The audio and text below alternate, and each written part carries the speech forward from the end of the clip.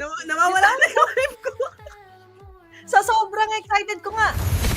Hindi ko na maisulat Ayan lahat na. na naging rap. So, bahala na. Dahil ito na, totoo na. Game number 1 po. Blue side, ang Team Philippines. De La Cruz. Si JP yan, ha? Yan po Maseno.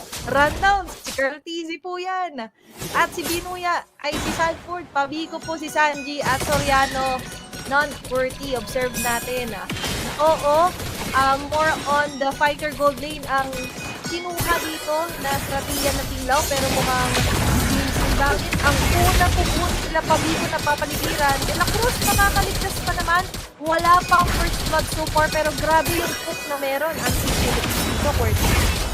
Grabe yung ginagawa nilang aggressiveness dito. Nag-flicker in. PHI Pabico with the first blood. Hindi pala enough yung isang revitalize. Hindi pa nga tapos si De La Cruz eh. Ayaw niyang pauwiin si Sin Bandit pero again, first blood mapapasa kami agad dito ng mga kababayan natin mula sa Pilipinas. Meanwhile, sa ibang parte. Ating Q4, pero mukhang gusto dagdagan nila na Maseno. That's going to be a kill para kay De La Cruz. Tapos, hindi pala medyo smooth yung galawan dito ng CC Ball. Napakagandang advantage agad na nakuha nila dito because of the early kills na napasa kamay nila. Even Soriano on the bottom lane. Alam kasi niya kung paano gumamit ng fighter eh. So alam niya din paano i-burst down yung Firaga armor dito nitong si Tatnason. Diba? So talagang nakikita natin dito sa gitna nga si Binuya ay merong kang mag-final slash. Kukuha ni Pabico yung kill. De La Cruz magtatasal. Pero mukhang mamamatay pa rin siya sa kamay dito. Ni Apicit. Pero ito na si Nepomuceno. Kahit mag-flicker ka Apicit, hindi mo matatakasan ng dagot. At si Pabico din masyadong mainit doon. Nag-crimson beacon in pa to get that killing spree. Hindi nga tumama eh. Yung last insanity dito ni Tata Zone. Pero unfortunately para kay Pabico maaabutan siya ni Sintidet. Pero okay lang yon para sa mga Pinoy kasi nga naman lamang tayo for the first 3 minutes. Grabe no, kung isipin mo, parang hindi naka-jump in yung ganun, pero si Pabico, grabe yung dedication niya just to get those early kills. Dito, malagyan ng numero.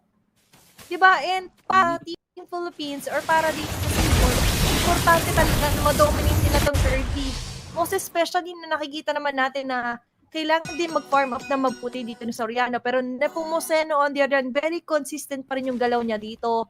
As well as carrying over yung meet and greet niya kahit saan talagang bansa. Yung baby kicks magkasama na sa baba. Pero bandang taas ang ating tututukan. De La Cruz and Pabico. Si Tede na mamaangat. There's going to be another kill para dito sa Team Philippines. Pero yan na Crimson Beacon inagad for Pabico. Medyo biglang likod din yung niya may iwan. Pero okay lang kasi next target nila is going to be on the middle lane. Tanggal na naman si Sinbandit dito. At Nepomuceno sa likod. Tanggal na rin si Apicit. Multiple kills in a row at hindi nila tatantanan na pagtataas. Grabe naman ayaw yung pahingahin yung Tinglaw. Kasi hindi nila dito nagsasalit-salitan and the number will go to Soriano. Grabe, lahat dito nabigyan na nila pwera dito kay Tata Zone sa baba.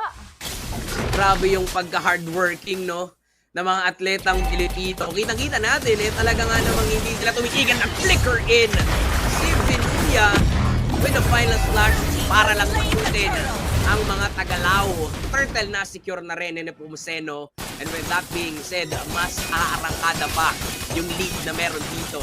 Ang team ng Pilipinas, si Binuya, nag-dive in, tumalon dito with a brave na fighter. Ang miyembro ng Lao, pero hindi nila para sagutin ang mga kapwa natin Pinoy. Killing spree na si Soriano. Unti-unting nagkakaroon ng mas pag-power spike pa. Ang team Pilipinas, hindi pa nga doon nagtatapos kasi may nahuli pang isa. Masyadong mainit ang mga representative natin mula sa Pilipinas. Ito lang manitago ko. 5 minuto pa lang pero grabe naman talagang kapalong-palo itong mga kababayan natin. Kasi sa 5 minuto na yun, sobrang siksik-liglig na agad yung mga nakas natin na clashes. And imagine, di sila nagtatagtag dito sa mid lane. Sakto pa lang. Nandiyan agad si Binuya. Diving in, si Bandit is down. Apat na miyembro na Team Philippines, babasag ng torre, pakawalan pa yung mga bala. Grabe, na-activate na naman yung Filipino sniper dito sa Granger ni Soriano. Feeling ko nga, ano na yan, ano man tawag doon? Nakalimutan ko yung item. Wait lang, inaalala ko. Ayan, yung Sky Piercer. Sa sobrang intense nung nangyayari, nakalimutan ko na Pero intense din ha, yung pag-previous fighter again. Yun nga lang, yung mukhang kapakamakan. Kung maging resulta doon para sa Lao, nila si Sonic na gagawin dito. Pero si Mabiko, na dun sa likuran, followed by Nepomuceno, nakasecure din ng kapalit para kay PHI Benuya. So, i-explain kapalit din ng i-explainer. Equal lang naman yung trade. Yung pressure kasi na napoprovide at nabibigay dito ng Team Philippines, talagang namang parang nakukulong na yung Lao sa kulungan na kung saan wala silang magagalawan dito. Hindi sila makasilip kasi kahit sinong lumapit o makita ng Team Philippines, binibigyan ng binibigyan. Ang hirap dito kasi kung nakukulong ka, kailangan makahanap ka ng way para masira yung kandado, para makalabas ka doon. Kailangan ng susi. Kaso yung susi lahat nasa side ng Team Philippines. So kailangan nila ng duplicate dito, QWERTY. Kaso hindi nila mag-duplicate kahit yung galaw. Hindi nila makuha sa nilang pag-go. Sarili nilang buff. Nagpakawala na nga doon ng traction post pero wala masyadong makukuhang magandang flash. Actually, ang Team Lao. But instead, sila pa yung pinapauwi. Sila pa yung pinapagalitan ng Team Philippines sa sarili ng jungle comfort. Parang, bakit kayo nandito? Bakit kayo lumalabas? Naglalagay ng curfew, naglalagay ng tanod. Si Pabico. Si Pabico ang kapitan ng mga tanod mula dito sa Team Philippines. Grabe yung zone. May curfew na ngayon yung Lao. Napilitan ng back away. Si Tata Zone papasok. Actually dito, itong si Pao Taban, ang kasong halang hindi enough yung damage output niya. Pero enough din naman yung sustainability dito ng Philippines. Ngayon, papasukin si Pabico, pero nakaready din si De La Cruz at si Soriano para tulungan yung kanilang mga kampi. And ang ginagawa lang dito ng Philippines, bruskuhin ang Lao. Pero eventually, nagpo-flow ng pusa yung mga minions nila. Kaya yung itaas at ibabang bahagi ng mapa, pabor na pabor din sa mga kapwa natin Pinoy. Advance din yung mag-isip ko ng Team Philippines kasi advance din tayo ng isang oras nakatira sila sa future for GMT plus 8 kasi. Pero kidding aside though guys, kahit na medyo huli ng isang oras sa Thailand, pero yung galaw ang kailangan kasi na laging 2 steps ahead. At ngayon 2 steps, hindi lang 2 steps ahead pala ang Team Philippines.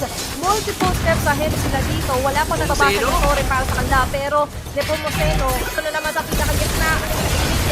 Huli nga ba si De La Cruz pero makakaligtas pa rin naman. Jumping in dito, mga members ng Team Lao. Pero kahit isip-hit, kahit sila Tatas One, wala silang makuha ng magandang setup. Lasin sa atin, hindi. Mukhang last bit of defense na lang ang matitira para dito sa Team Lao.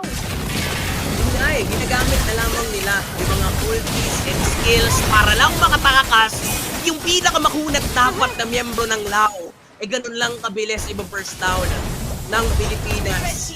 And with that being said, mas lumalaki na naman ang lead na meron dito, ang small team natin.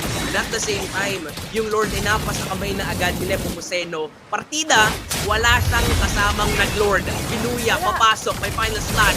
Sinozone out yung tatlo at walang magawa yung tatlong miyembro dito ng Lao, kundi lumayo na lamang din, try defensahan yung gitna.